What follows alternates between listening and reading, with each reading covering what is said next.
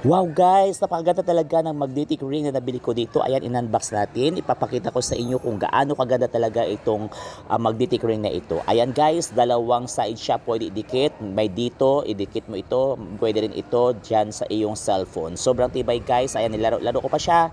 Pero hindi ako katulad ng ex mo na nilaro ka lang.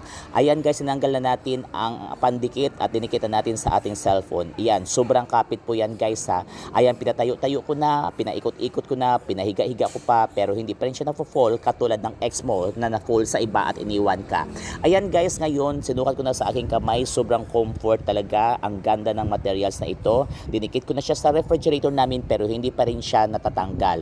Okay guys, pati dyan sa bakal ng aming hagdanan, no? Kaya kung ikaw ang nagbabloging at wala kang tagahawak ng inyong cellphone, pwede mo tong gamitin kahit dyan sa railings ng inyong bahay o di kaya sa gate ng inyong bahay o di kaya sa inyong bintana. Pwede guys kahit wala kang photographer. Sobrang tibay, hindi nahuhulog. Kaya ano pang hinintay mo?